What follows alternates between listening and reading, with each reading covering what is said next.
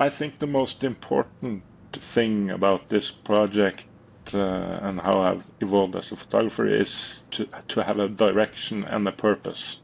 And to Mm. having a direction and a purpose over, I think I've been doing this project for 5 years, and I've been really enthusiastic about it. So it has, I've experienced that both the planning of photography trips and researching and everything before I go has been really interesting.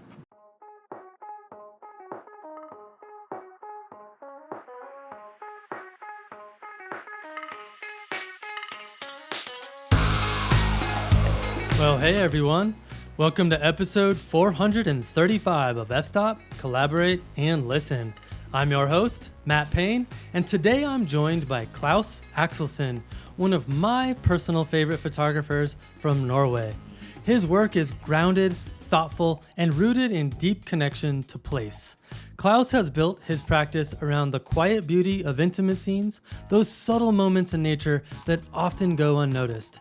His upcoming book, created entirely from photographs made in Norway, is a tribute to the power of slowing down, embracing solitude, and following creative intuition. In our conversation, we talk about his mental health journey, how he uses photography as a grounding tool, and why working alone in nature has become essential to his process.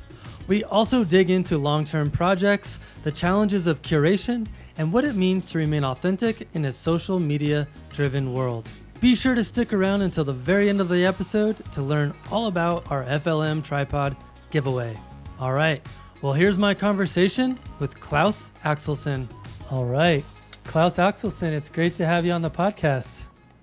Thank you for having me. It's an honor to be on the podcast. I've been listening to this podcast for years, so it was a big honor to be able to join you. Yeah, of course, man. And I'm a huge fan of your photography. I think I was very first introduced to your work because you submitted it to the Natural Landscape Photography Awards in our very first year. And you've got like a really unique style. And then since then, we've had lots of conversations. And I think I did a article about your photography in On Landscape magazine. And so, yeah, finally we can talk in real life.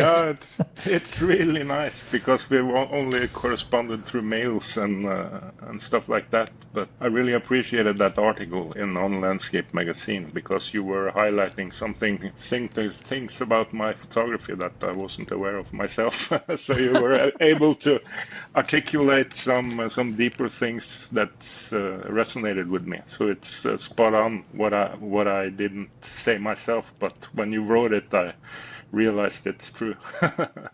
That's awesome. Well, Klaus, for people who aren't familiar with you and your awesome photography, tell us all about yourself. Yeah, I'm 47 years old and I live in Oslo, the capital of Norway. So with my wife and my 2 kids and a big dog, a white shepherd of 42 kilos. Wow, So that's a big one. it's a big one. So he creates some chaos from time to time because he's a little bit anxious. But other than that, he's cute.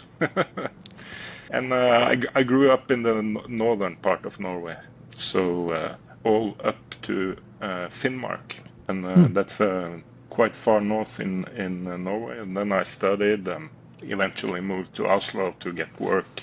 But I grew up very close to nature, so that's my background. And then when I got to Oslo, which is a much bigger city, I almost forgot about nature.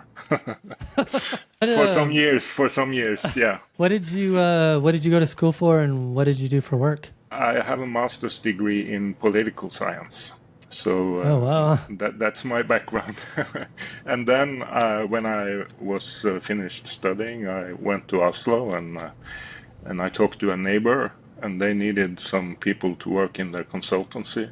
And I didn't have a job, so I just went down to the office and talked to the manager, and we agreed that I should start working there. And I said, okay, I don't have a job, so that's how I started in the consultancy business. So, and the company was doing all sorts of customer analytics, helping companies understand their customers better, customer profitability, and stuff like that. Gotcha. So So nothing to do with politics at all. No, nothing to do with politics, unfortunately, because I'm quite interested in that. But I needed a job, and it was the start of my career as a consultant. Gotcha. And at what point did you first get into photography? What's the genesis story there? Yeah, the photography, it's much later because that wasn't until 2016. So I've not been shooting that many years.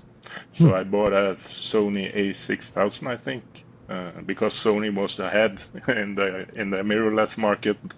So I just went for some modern technology, trying to take some better family photos. That was actually the purpose of the camera. But this happened during a period where I was seeking out back to nature because I had experienced quite a lot of job stress because I was building up my own company together with a partner at that time. And we were running quite many long hours in the office. So I started to get some issues with panic attacks, and my mental health wasn't that good at that time. So I was trying to find out how I could calm down my nervous system. and for me, nature was a natural way to start because I grew up so close to nature when I was a child. So. Yeah, it's interesting how Mother Nature can be such a powerful medication, and it's free and relatively easily accessible for most of us. And I feel like so many people have become disconnected with it and have kind of lost those insights and, you know, those experiences. And I'd be curious to hear you talk a little bit about how you kind of realized that that would be a path forward for you. Like, how did you come to terms with the fact that, oh, maybe if I go back into nature, it could be helpful? Yeah, it was. I was actually having serious issues with this panic attacks. So I had the doctors do all sorts of tests because I thought I was physically ill. I thought I was about to die. So, but until I realized it was only my nervous system sending out the wrong signals at the wrong times. So having issues with breathing and heart rate was going mad in situations that's totally normal. So then they ran all these tests and they couldn't find anything wrong with me. So after some time, they recommended me to do some mindfulness to start to see if I could get control of this. So I tried that, but I found it really, really hard to do these mindfulness exercises, to be present, and it was difficult for me. So I decided to go for walks out in nature, and then I brought with me this camera that I bought for these family photos, and I realized I could use it to capture beautiful things out in nature. So it saved my life in a way because. Through looking through the camera, I was able to focus on something that was right here, right now. So I was able to be present in a way that I haven't been able to using these mindfulness techniques. So for me, the camera became some sort of mindfulness technique. Yeah, no, it's interesting. I just finished reading Guy Tell's new book, Be Extraordinary, and I think it's like his very last chapter, the chapter before the last chapter, that he talks all about mindfulness and how a lot of people struggle with, you know, just doing the exercises, but then how photography in nature, if you apply those same principles with the camera, it can serve as a very good substitution for those mindfulness exercises. And if you apply the principles of those mindfulness exercises towards the photography, it can have a benefit of making your photography really good and can make you feel really good because it's doing all the things that mindfulness does for you. Yeah, that's really nicely put because that's the way I've felt it and experienced it. And the more I've realized how this affects me and my photography, the better. And the more I've been able to hone in on that feeling and to explore the details in nature in a way, more present way that also have elevated my photography. Yeah, exactly. The benefits are artistic and personal, right? Yeah, so it's a win-win. Yeah, absolutely. So at what point did your photography go from kind of this healing process and something that's more of a hobby into something a little bit more serious for you? Well, I'm a person that's really driven by passion. So when I was running my business, I was really passionate about building up this business together with my friend.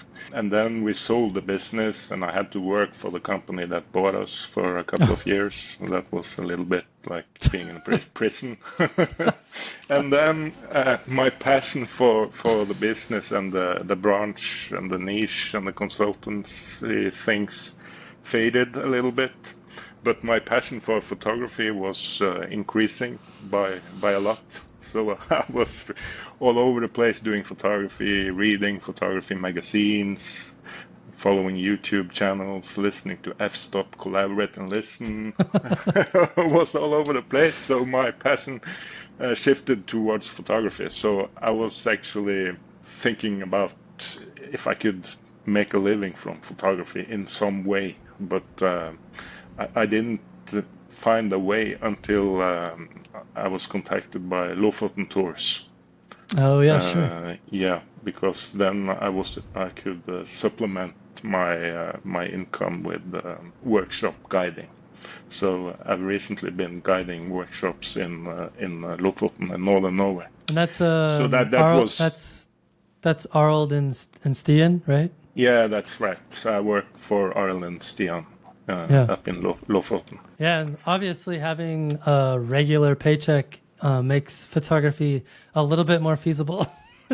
Yeah, it doesn't make all my income, but at least these workshops are an important part of being able to do this. Yeah, I'd be curious to pick your brain a little bit about how that transition's been going for you, because it sounds like we transitioned into that particular mode of operations at kind of the same time, and I'd be curious to hear you talk about like how that's going for you, and like has there been any challenges that you didn't foresee? Like tell us about what the experience has been like for you. It's been a quite positive experience doing these workshops because honestly I've been sitting too much in an office and in front of a PC, so being able to be outside working, it's fantastic. So I'm really thankful for that. So I love to be outside. So that's the first thing. It's really good. And secondly, I get to meet like-minded people, photographers who are. It's cool. You get a lot of new perspectives as well. On one of these workshops up there in northern Norway, we had this guy bringing a bag full of action figures, placing them out in the northern Norwegian nature, shooting these small scenes with the mountains and the northern lights in the background. It was awesome. So it's so cool to see people with such personal projects and being really passionate about photography. So that's the second thing that I like the most about this guiding workshops, because you meet a lot of people that thinks the way you think about photography and really motivated. And also I like this teaching, or from my consultancy, I've been used to advising people on how to improve things, and I can apply that also to this photography guiding. So, I've met a lot of photographers really interested in understanding what I was doing while I was panning my camera, looking like a madman in Lofoten, shooting ICM and everything. What are you doing? Right. So that's also cool.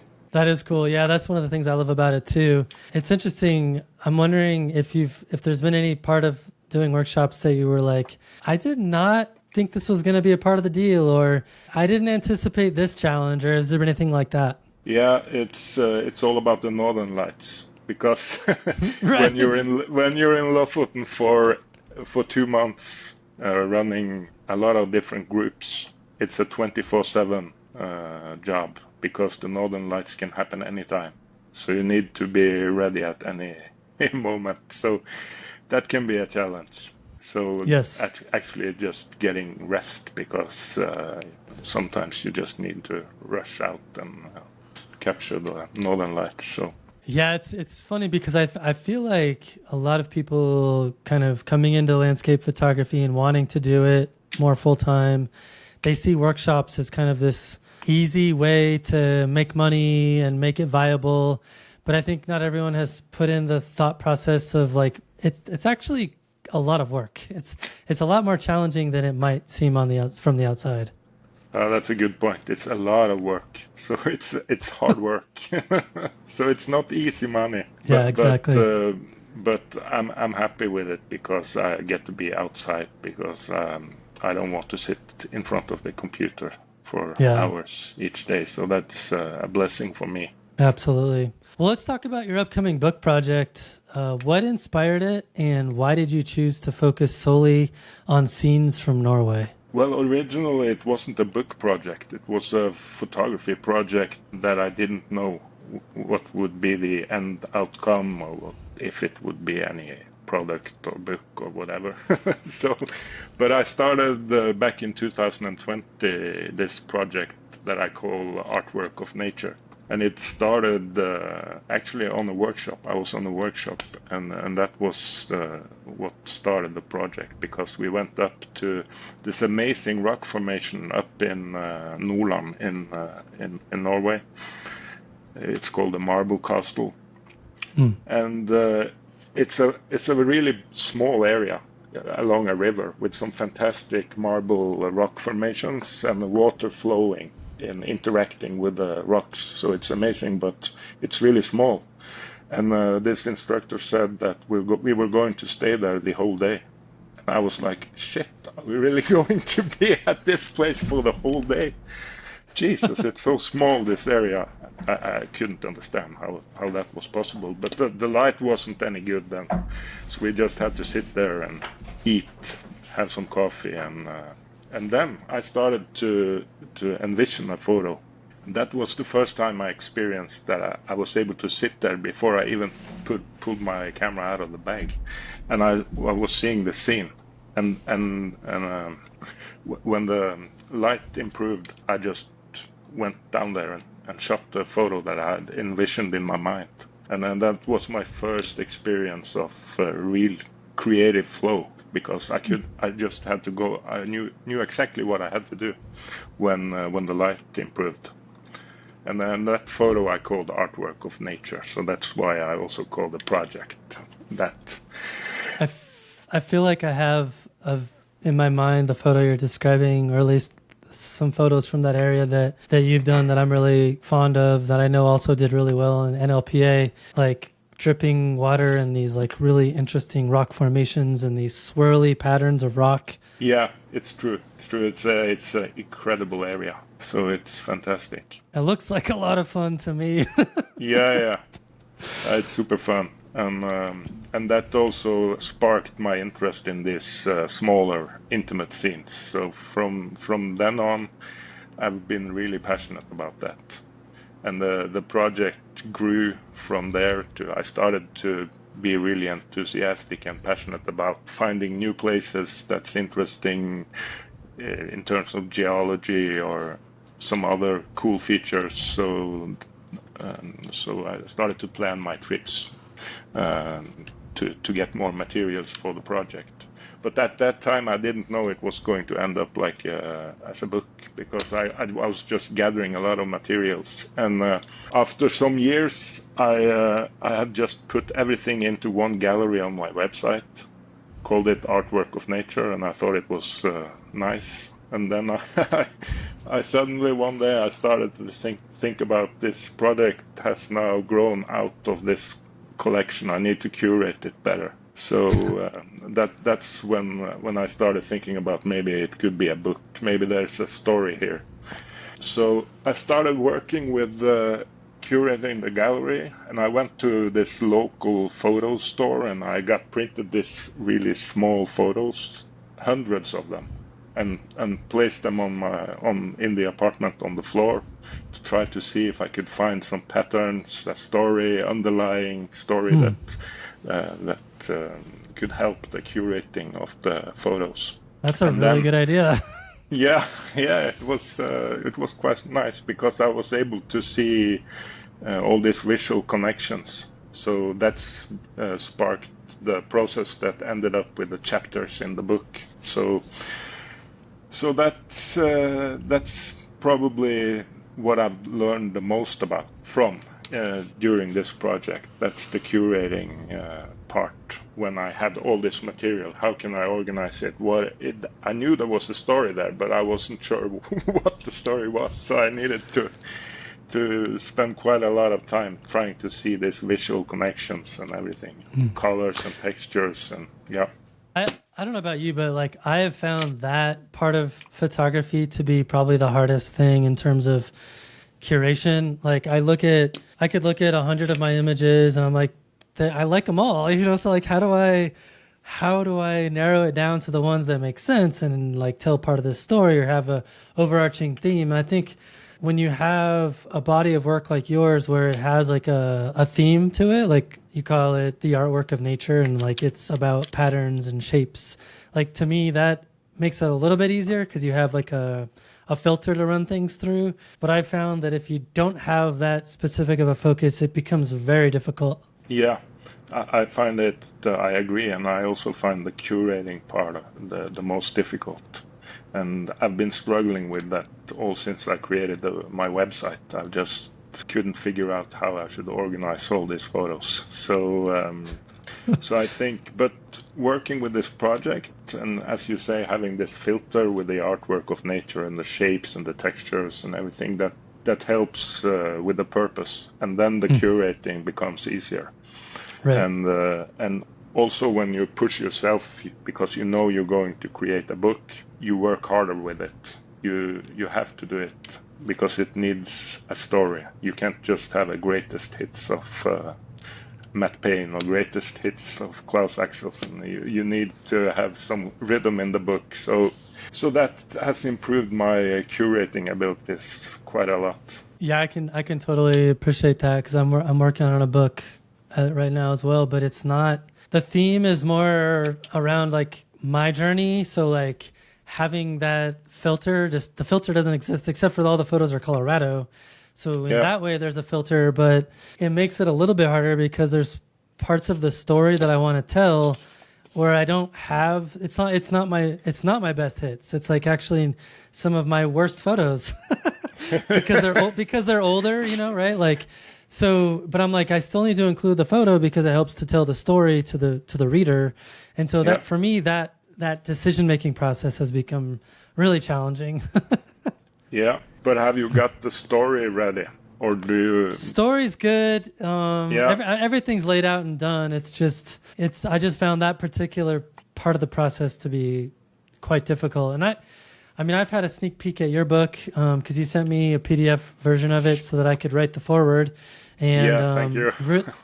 Yeah, of course. And I really, really like the way you've kind of curated it and formed it and stuck to those thematic pieces of it because I think it helps to give it a little bit more substance. Yeah, thank you. It's I was at least trying to give it some sort of progression and a starting point and a natural ending point from the visual connections in the materials. So I've excluded some of my greatest hits as well.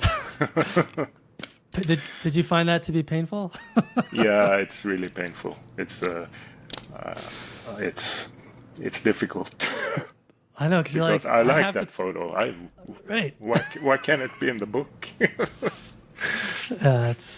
But then it's like, okay, maybe there's an opportunity for it to live in another book in the future. Yeah, because I don't think it's the end of the project. It's just a part of the project because I'm really passionate about these details. I won't stop shooting them. So maybe I'll gather them for another book or something. Yeah. So in your book, you obviously emphasize, what was kind of come to become known as intimate scenes or smaller scenes, nature's finer details. What has drawn you to that particular style, and how did your upbringing in northern Norway influence that particular focus? Yeah, what's cool about my upbringing in northern Norway is that most people, when you say northern Norway, they think about big mountains and scenery and Lofoten and stuff like that.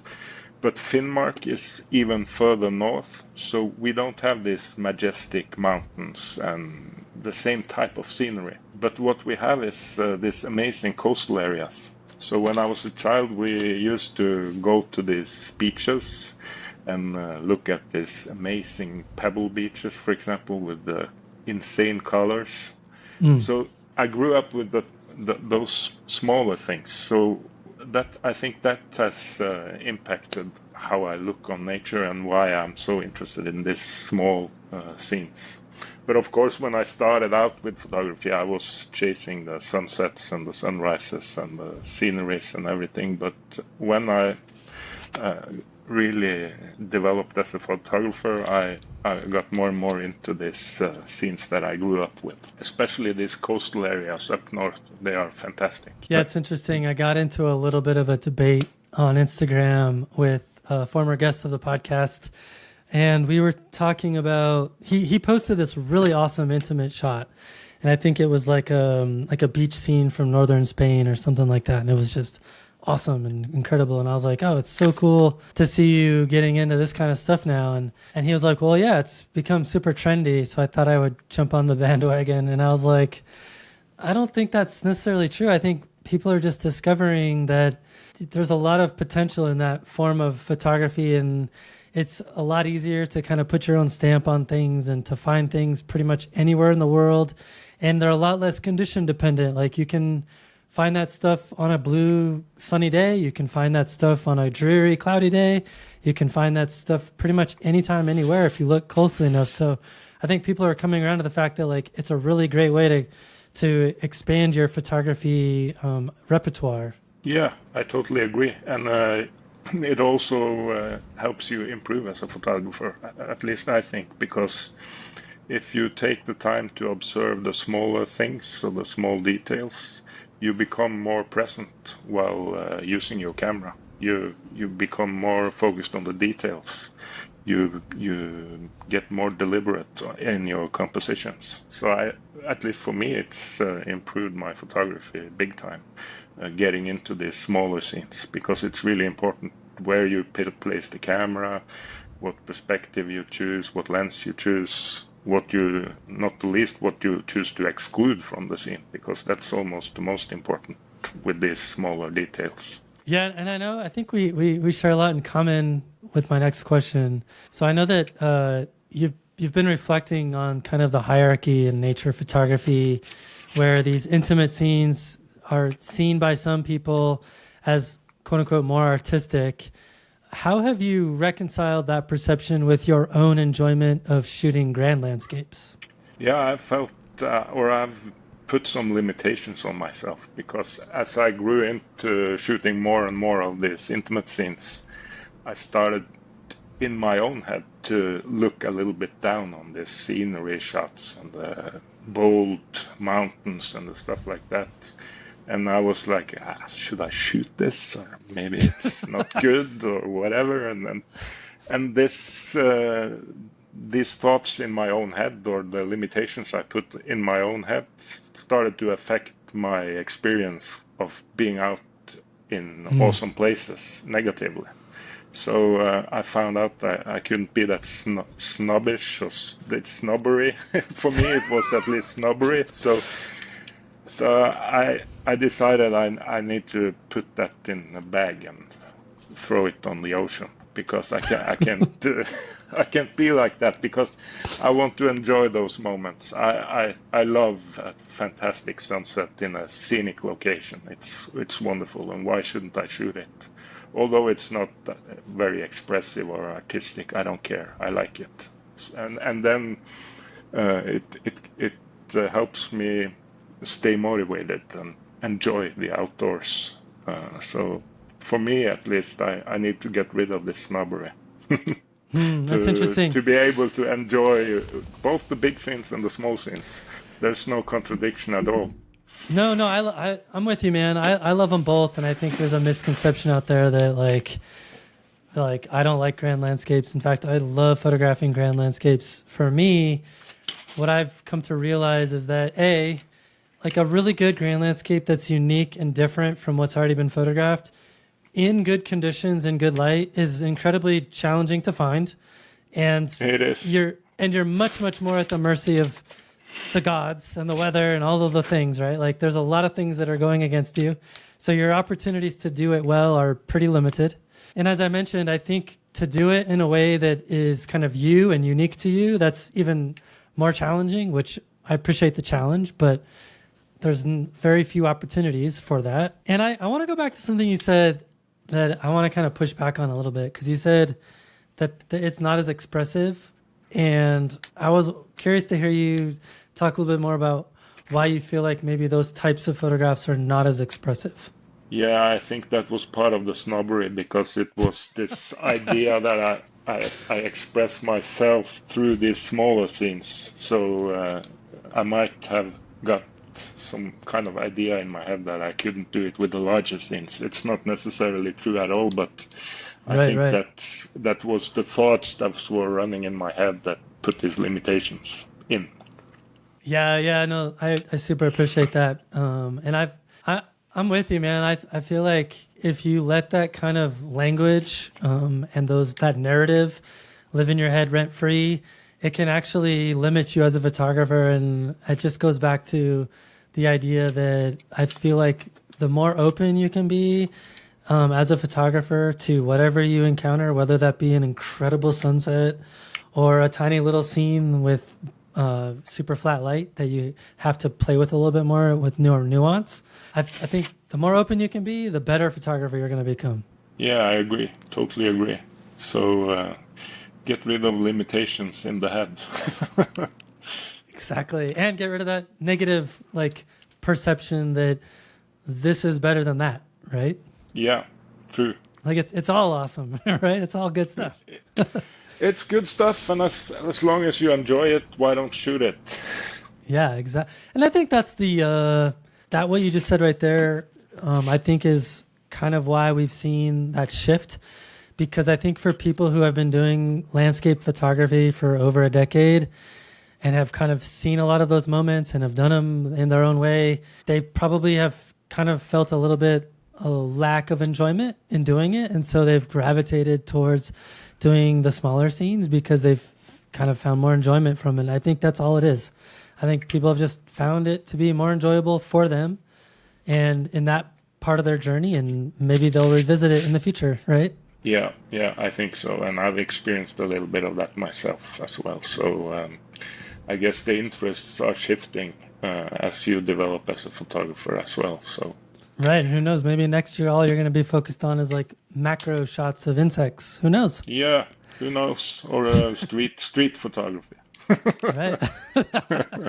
Right. Well, so you talked a little bit earlier about the process of slowing down.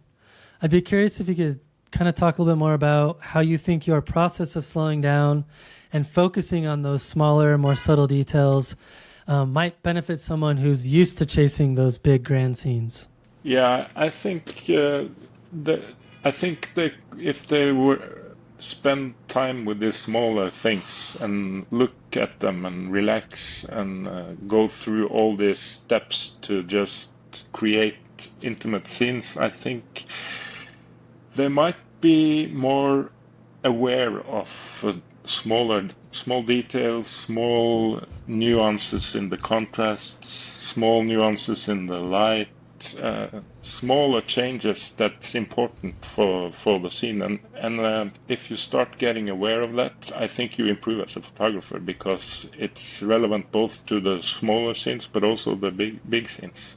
These small details can elevate the photography quite a lot because and where you, especially with composition, so if you change the perspective a little bit, it can change the outcome and the photo a lot. So I think by focusing on smaller nuances and smaller details and textures and how the light hits the textures or the shapes, I think you improve as a photographer, both when you shoot smaller scenes, but also for other types of photography, because you learn to be more observant. Yeah, that's well said.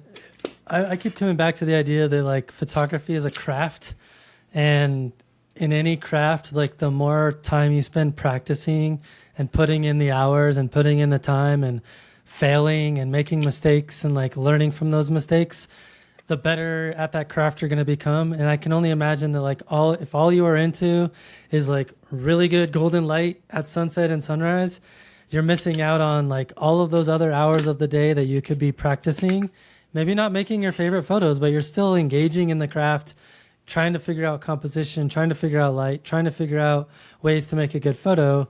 And it's only going to make you a better photographer when the light is exactly what you were hoping it could be for those grand scene type shots.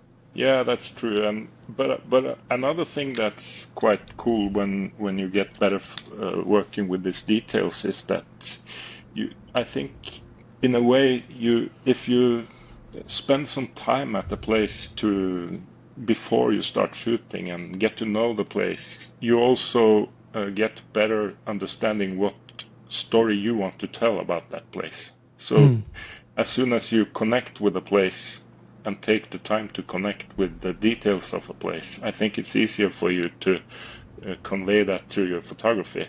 If you know what speaks to you at this place or at this specific location, whether it's a big landscape or some smaller textures or shapes, I think it's easier to tell your story. And that elevates your photography in more than one way. It elevates the photos you shoot, but it also elevates your voice as a photographer. You develop your own style, I think, by doing that. So you in a way, you learn what speaks to you in different conditions and at different locations.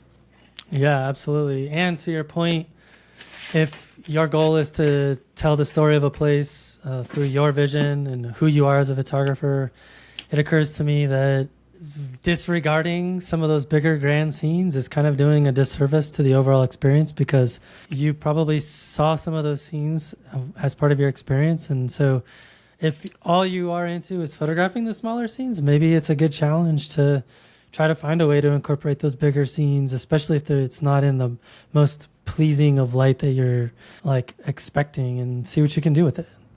Yeah, sure. I totally agree. And also you might notice that it's not that easy to shoot those big scenes and make them interesting. It's really not. It's not easy.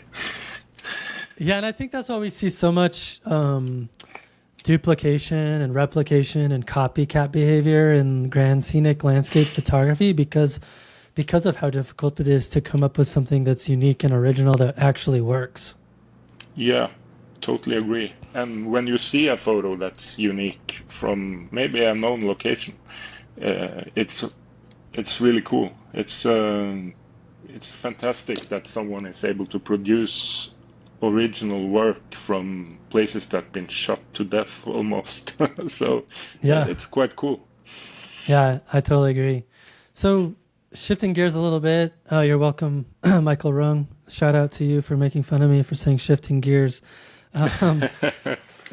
So I know that for you, solitude has played a big role in your process of making images for the book project. What does solitude and nature do for you and the creative process? Well, solitude, in a way, I like to, or the process while I'm out in the field is, I'm very much a one-man show when I'm photographing. So I love to go with the photography friends for the social part of it, but 99.9% of my best photos have been shot while I'm alone. Right. So if I'm together with friends, I start listening to all the shutters that's going before I even have my camera out of the bag, and I easily get stressed. And what am I missing here? I'm a bad photographer, and I all that negative self-talk.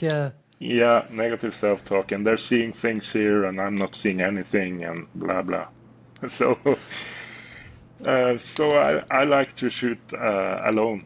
And I've also realized that I need to have some mental or self-management at locations. So I need to be able to, because to be honest, when you plan to go to a place that you're really excited about, the first thing you want to do when you get there is to pull out the camera and start shooting. but that's not what I should do because I don't work like that.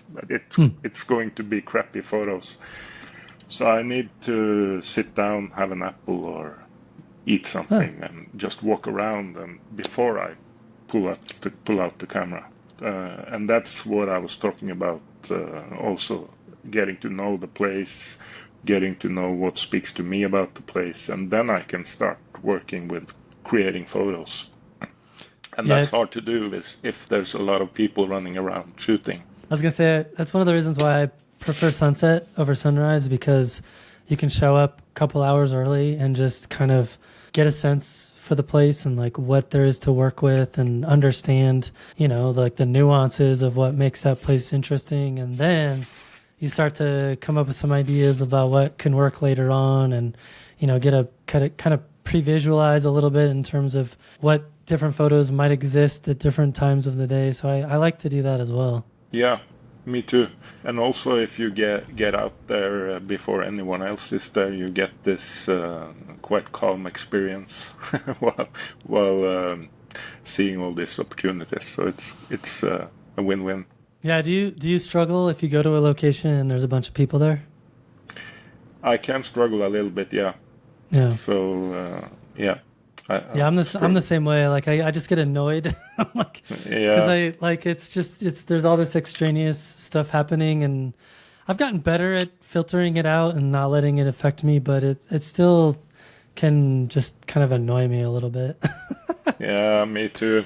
And but it's a challenge. I don't know. Have you experienced that while you were guiding workshops? Because when we were guiding workshops, we often have to go to places where there's quite packed, at least where there's a lot of photographers. So that's part of the guiding experience. It's interesting that you asked that question because I've actually been thinking about that. And I think there's an aspect for me relating to the teaching part of it that allows me to shut that stuff out. I don't care about it anymore because I'm more focused on this task of helping others.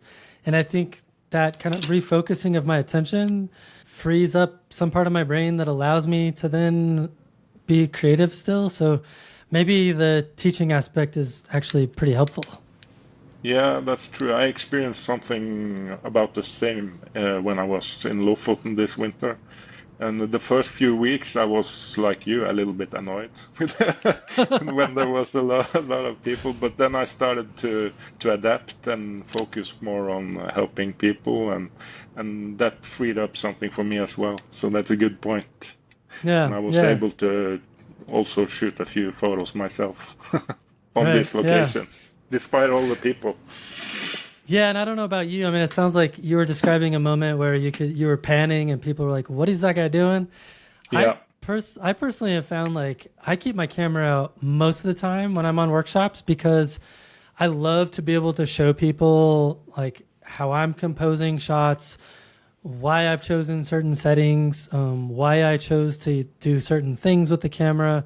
And I think for me, shooting while on workshops is actually a very helpful teaching tool that I feel like there's a lot of people that kind of have this, I'm here and I'm only here to teach and I should never use my camera. I think for some people, maybe you're not able to do it that way, but I find that a lot of people really appreciate learning from that style of teaching. Yeah, that's a good point, and I agree. But of course, there's a balance between how much you shoot and how much you help. But and it's always in the back of my mind. I don't know about you, but I'm like, am I shooting too much? Am I not shooting enough? Yeah, me too. I'm thinking about that all the time. It's the thing I'm thinking the most about. But I think there's a thin line there. But I think you can also be experienced as less enthusiastic about the scene if you're not shooting. Right. So I think you should show some enthusiasm for the nature as well. And as a photographer, that's by shooting. Yeah, it's funny. I just finished a workshop in the Smoky Mountains, and for Munch Workshops, we have a couple of new owners who bought into the company. And so one of the owners joined me for this workshop, and it was really cool because he got to see how I do workshops. And I asked him, do you have any good feedback for me? And he said, he said, you're really good at finding good photos when it's total crap. And I was like, well, thank you. I'll take it. Yeah, that's a good compliment. Yeah, because I mean, you know how it is. Like, you can show up somewhere and it's your first impression is like, this is not going to be very good. But then you gotta figure it out pretty quickly so that you can find something interesting for your clients to learn from. So, yeah. Yeah, that's a really good point because you need to be extra careful about teaching or finding things for the participants. That keeps you extra focused. Right. Yeah. And I don't know how many times I've been out photographing and there's another group workshop or something and like the workshop leader's like, okay, like the light's no good. We're gonna move on to a different location. And I'm like, man, you're missing out on so many opportunities to teach people how to photograph in bad light. Like, because that's 95% of landscape photography is learning how to leverage light and to photograph subjects which might not be ideal in the given situation that you have. Yeah, that's true. And for example, in Lofoten, if you're on these beaches and it's totally overcast, it's perfect because you have all these detailed rock formations and the Yes. clouds are acting like a big, big softbox, making the light even. It's perfect for shooting those details. Exactly. And then if the sun comes out and there's no clouds, you pivot to something else, you know? Yeah, that's for sure. You don't just get in the car and leave. Yeah. Yeah. So I'm sure that working on a long-term book project like yours can be both rewarding and daunting. How has that particular project helped you evolve as an artist? Well, I think the most important thing about this project and how I've evolved as a photographer is to have a direction and a purpose. Having a direction and a purpose over, I think I've been doing this project for 5 years, and I've been really enthusiastic about it. So it has, I've experienced that both the planning of photography trips and researching and everything before I go has been really interesting because I've been trying to find a little bit different areas with a little bit different features for the project to build up the material and broaden it a little bit out. So that has improved my photography and my research, actually, because that's also part of photography, doing your research. Yeah. But the most important is, of course, to have this purpose and direction with what I'm doing. So that has helped me narrow down a little bit and to improve. Yeah.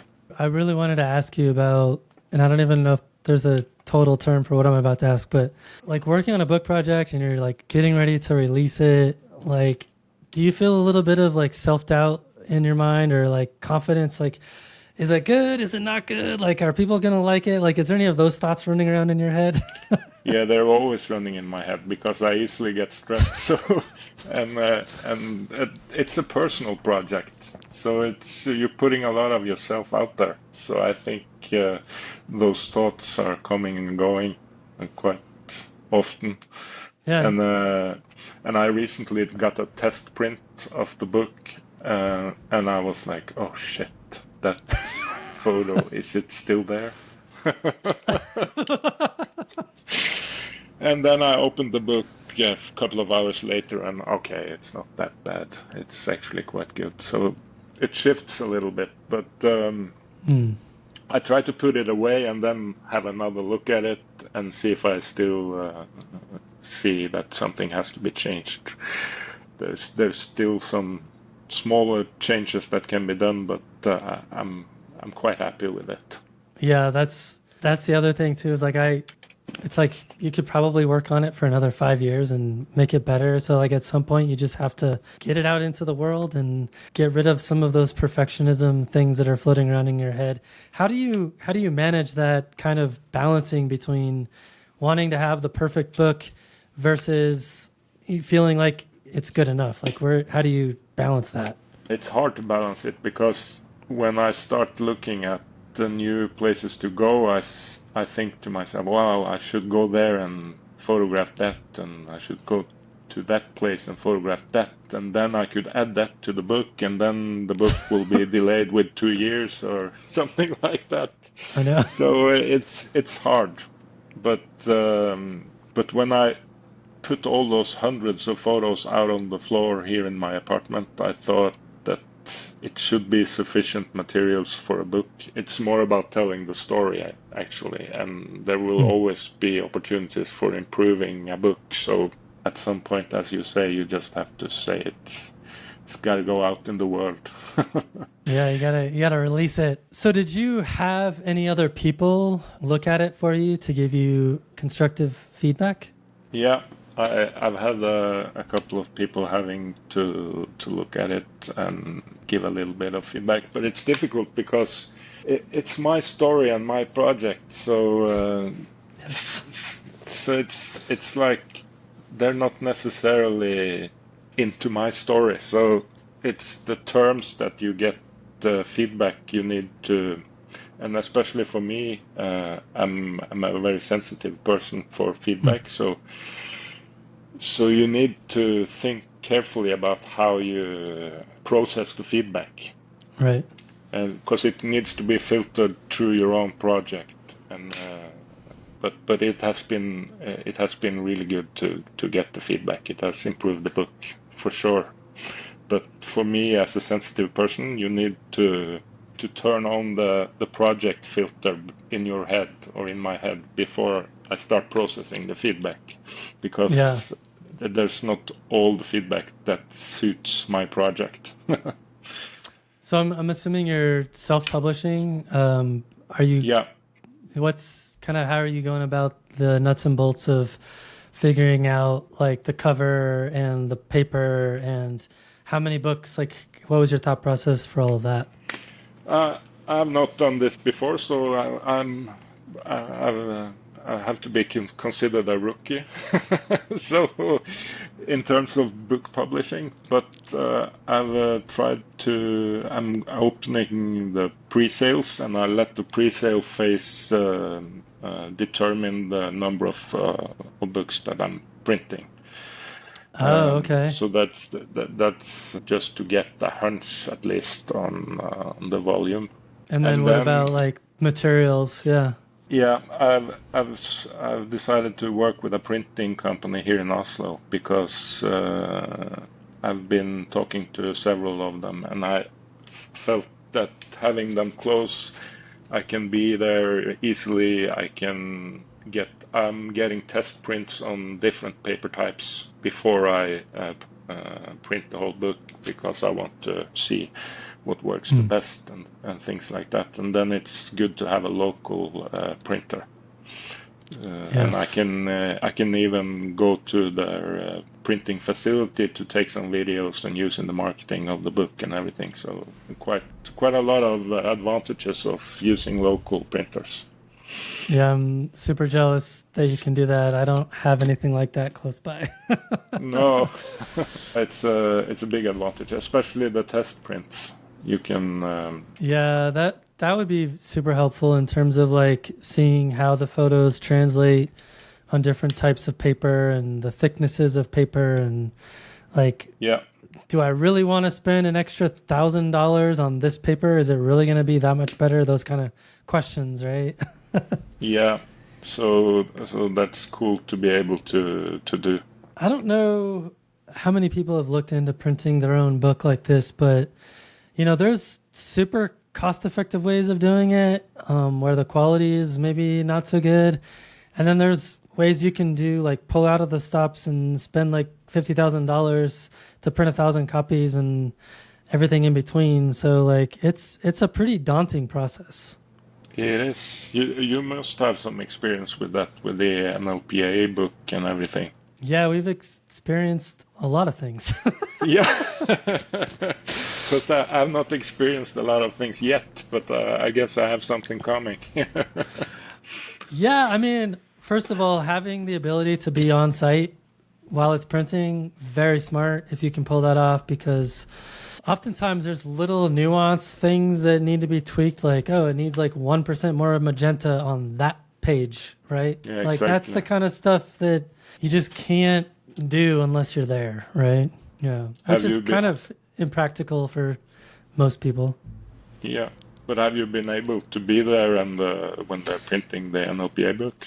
Yeah, so for years 2, 3, 4, and upcoming year 5, we've got them printed in the UK. And Tim, I think it's a couple hours drive for him, but he'll go down there when it's printing so he can be on site and kind of give some of that feedback in real time, like, oh, that page needs to be tweaked, or, oh, I see that photo is a little bit too dark. Let me make some adjustments to it real quick. The way that we did it for year 1 was a lot more challenging because our printer was in South Korea. And so every time we had to make a tweak to a copy, it was like this huge delayed back and forth, and it just delayed the process a lot, which for some people that's fine. But like for us, we're on a deadline here. Like we told people this was going to be done by this time, and it's 3 months later and we're still waiting. So yeah, like it depends on what your variables are, right? Yeah. But you've also published this hiking book, I think. Yeah, for that one I have a publisher, so like it was a little bit easier. And it's not a photography book necessarily. I mean, there's a lot of photos in it, but like you're not as concerned with, like, oh, the photo needs 1.2% more cyan or whatever. Like it's not that kind of a thing. Like you're like, yeah, it looks pretty good. Totally different experience if you have a publisher, Yeah, of course. And you don't have to be that sensitive with the photos. I see that when it's not a photography book. Yeah, I mean, it's, especially if it's mostly text and not as photo heavy. So, yeah. Yeah. Would love to ask you about setting limitations. So, you had mentioned earlier that setting limitations can be super helpful, such as like specific locations or a theme like you've done. That can actually help clarify your creative vision and your creative direction. Can you elaborate a little bit on how constraint breeds creativity for you? Yeah, I think because when you get a purpose, or when you feel you have a purpose and you have a project, I think it's like if you start from the idea of this artworks of nature, you realize things that you didn't realize when you started as you go along and work with the project, because you see nuances, you see different types of locations, you experience different types of photos within that project that you wouldn't have seen if you didn't have this direction and purpose to what you were doing. So that's one way that it improves the photography. So you see things that you wouldn't else have been able to see, actually. Yeah, and I suppose it can also give you more of a focus when you're in the field in terms of honing in on the types of things that you actually want to photograph. Yeah, and if you're passionate about it, it also keeps you very engaged and connected. And for me, with all these mental issues and everything, I've really benefited from being able to connect while on these locations, especially when I'm alone. These self-management techniques that I'm using to get focused, they're really helping me to connect with nature, and that's another benefit from being passionately concerned about the project like this. But now I'm seeing. I always try to find things I can develop as a photographer. So when I was up in Lofoten, I got a camera converted to infrared. So I just recently produced a series of infrared mountain shots from northern Norway. So I need to stretch a little bit. So I like to have a little bit of different projects that I'm working on. Yeah, I was in Lofoten in January, and I brought my infrared camera, and it was a lot of fun. Yeah, it's super fun because those mountains with the dramatic light or whatever happens, it's shifting weathers. It's fantastic to have this infrared opportunity.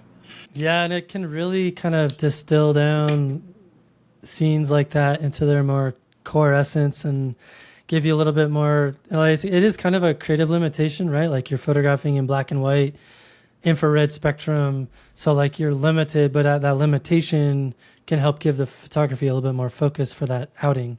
Yeah, it does. And what I experienced from using the infrared was that I was focusing more on the details about on the mountains, the shapes and Yes. the textures of the mountains, and that's slightly change of perspective while shooting Lofoten. That's interesting for me because I've been there a lot of times. So it was super cool.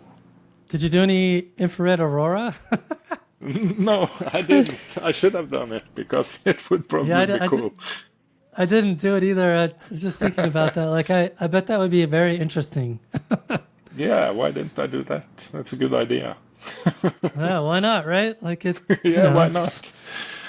That's one thing I've been trying to do is like find two things that are kind of interesting and like combine them to see what comes out of it. Yeah, that's a good point. And before I left to Lofoten, I had this project that I was going to test infrared in all possible light conditions. So why on earth didn't I test it with northern lights? Did you do a full spectrum conversion? No, it's a deep black and white conversion. Oh, like a So 850? Yeah. Yeah, okay. So mine is No, full spectrum. 820, I think. Oh, 820. So mine's full spectrum, so I can switch the filters out and target different wavelengths. And I've been thinking about this idea of like, slap your camera on a tripod, get your composition, and then taking the same photo at different wavelengths, including visible light, and then pulling those all into Photoshop and finding a way to like blend in different parts of it. I mean, I think it could be super interesting. Yeah, psychedelic and and interesting. Yes, psychedelic. That was the word I was looking for. But it's cool to test new things. That's the way to develop. Yeah, and you never know what you're going to find, right? Like it could be something like that could turn into a whole project where I do like these weird infrared blends or something. I don't know. Yeah. Yeah, it's just creative. That's cool. Well, so Klaus, a couple more questions. For people who are interested in your book, what's the best way for them to learn more about it and to get a copy? They can head over to my website and sign up for my newsletter, and the pre-sales will be launched on my website. So everything is happening on my website. And what's your website? It's axelsenphoto.com. Got it. So We'll put links in the show notes, but yeah. Yeah, that's super. Thanks. Yeah, awesome. Well, my last question for you, who do you recommend? Who's a couple of people we should learn more about on the show? Yeah, it's a couple of people that I've followed on social media. So social media is good for something because I've found some quite cool photographers there, and a few of them I would like to see on the show. So the first is Bill Ferngren from Sweden. Yes. I really enjoy his intimate photos and very expressive photos, and also surprising sometimes. So really inspirational photos. So that would be cool. He's really good, but he can surprise with some visual things that it's really inspiring. Yeah, so, I like his work. I like his work a lot. Yeah. And then there's Elvis Dali. I think he's Dutch, maybe? Yeah, he's Dutch. And he's also always coming up with some new ideas. And it's really inspiring to follow him because suddenly there's some photos there. What is this? And then I see, oh, super cool. So yeah, he does a lot of double exposures, and you can't tell. It's like... No. It looks completely, quote-unquote, real, the way he's done it. And it's super creative. I like his stuff too. Yeah, that when I'm scrolling, it's like, oh, what's that? And then like, how did he do that? What is going on here? So, and it's super cool. So he's super creative. And then there's Arild Heitmann. I'm not sure if he's coming. He's coming. He's coming. Ah, that's good. Yeah. Yeah. He's a creative powerhouse, in my opinion. He's shooting all over the place. He's shooting electricity posts to big sceneries and infrared and all over the place, but he's really good and super enthusiastic about photography. So I don't know. Did you see that that photo he did recently, I think it was like pylons or something, but they look like birch trees. Yeah, Super cool. that's so cool. Yeah. And he's super creative, so and very inspirational. So that will be a super guest on the show. And also Stian Klo in Lofoten Tours. His attention to details and his curating is amazing. So he will also be a cool guest on the podcast. Awesome. Well, Klaus, this has been super fun, man. Yeah, thanks. It's been nice talking to you, finally, after some years on the mail. we finally did it. Yeah. Good deal.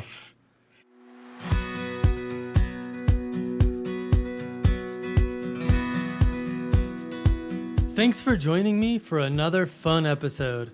The winner of the FLM tripod giveaway has officially been announced via my newsletter, so if you're subscribed, be sure to check your inbox. We gave away the FLM CP26 S42 kit, and I've been using it a lot myself lately. It's an incredibly sturdy, lightweight travel tripod that weighs just 3 pounds. It's incredibly compact, and it's awesome for adventure. Honestly, it's become my go-to. If you didn't win, you can still get your own at a discount. Just head over to flmcanada.com and use the code House of Pain at checkout for 10% off your entire order. It's good through October 1st, 2025. As you know, this podcast runs on the value for value model, so if you've gotten anything meaningful from these conversations, I'd really love your support over on Patreon. Even a few dollars a month helps to keep this thing going. And if you want to hear more about future giveaways like this one, make sure you're signed up for my newsletter. That's where all the good stuff gets announced first. Thanks for stopping in, collaborating with us, and listening. See you next week.